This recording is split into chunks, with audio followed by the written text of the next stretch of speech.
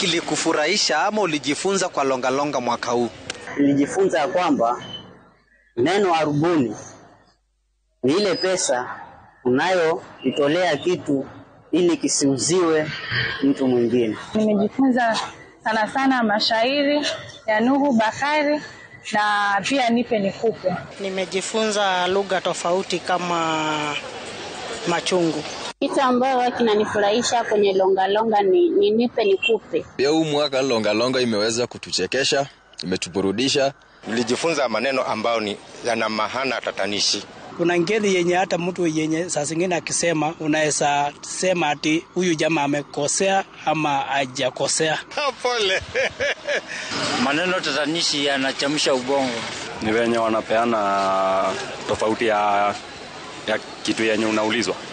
Longa imechangia sana kuelimisha haswa Kiswahili sanifu. Na hii sana imesaidia mpaka watoto wetu. Kinatuelimisha kabisa na tunakipenda kiendelee kabisa, ukiongeza muda kidogo. Kimetujenga sana wale ambao tunasikiza kipindi hiki. Kipindi inaelimisha, ina mawaidha mazuri. Ningependa kupongeza hii kipindi cha Longa. Tunawaomba muendelee. Hiyo kwanza ya kuongezwa muda hiyo. Yaani hapo sijui kama vigogo wanasikiza. Hapo kwa muda. Kuna mmoja amesema arubuni. Anakumbuka neno arubuni.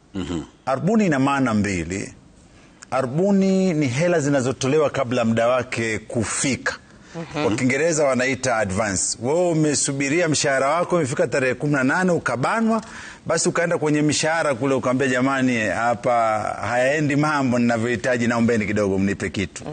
Kile kitu ama zile hela unazopewa kabla ya muda wa ndizo zinazoitwa arubuni. Lakini kuna kurubuni ambao neno rubuni manake ni kudanganya, kudeceive. Umekaa na mtu hivi ukampiga mapanga kidogo ukachukua hela, baadaye anakuambia bingu mbona ulinifanyia hivi bwana mnene, unamrubuni. Sina ndo kumbuka wiki iliyopita tulizungumzia ubazazi. Huyo conman atakurubuni ajabu. Na kwenye hiyo arubuni rinda zuri kama hili kama utakiliende, nenda unamwachia kakitu. Mwambie niekee. Zingine naja nazo. Haya. Sawa. Tumejikumbusha na muda wetu wa dakika 2. Haya.